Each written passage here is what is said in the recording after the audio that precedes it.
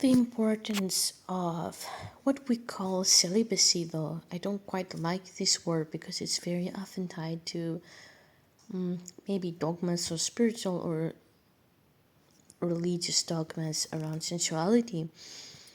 But authentic, source given need to really abstain from relationships and sensual, intimate relationships, and even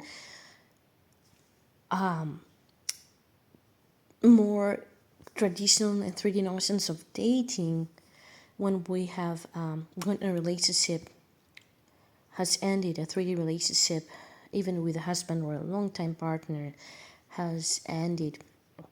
And we are transiting to a period of high purification, and we are being asked to transit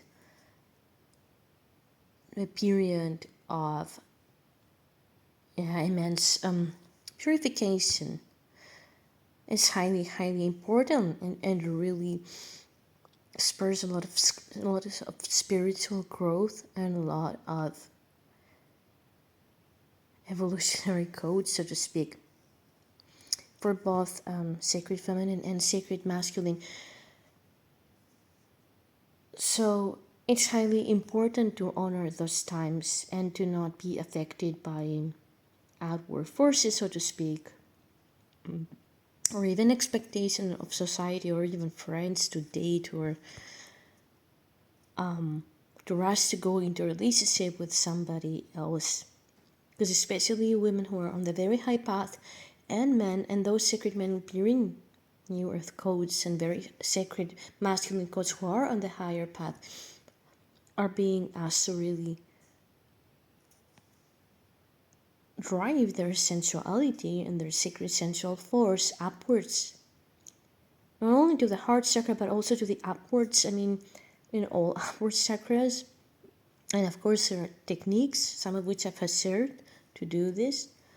And it's also a matter of attention, where the sensual energy is being, it's a call to your body chitta, and to your inner illumination, where that sensuality is being driven inwards into your own and channeled into your own self-love and channeled into your own psychic powers and channeled into your own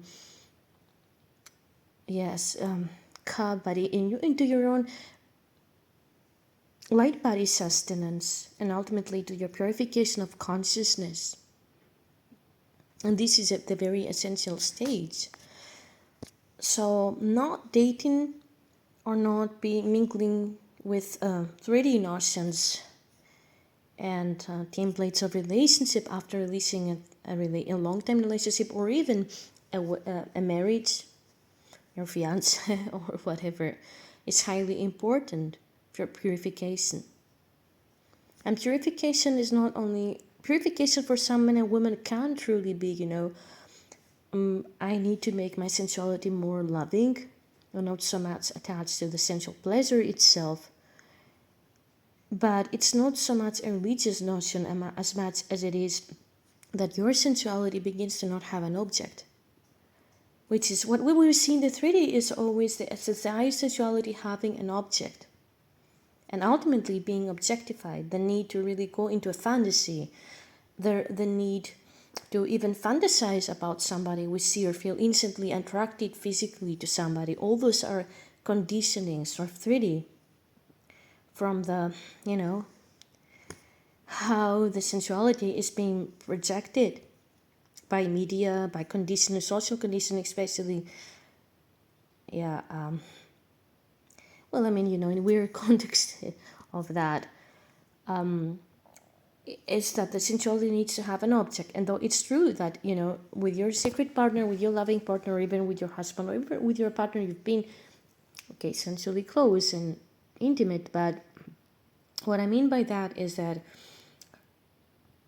this is really, you will feel inside of you that your sensuality is your call to your own body and your call to your own source connection, and that it will be without an object in a sense that you can be multi-orgasmic and highly orgasmic, but it will be upwards, or it would be to your own self-love. You can still at some times, if needed, have more 3D a release, which isn't anymore a release. It's more like a recycling of that energy upwards and inward.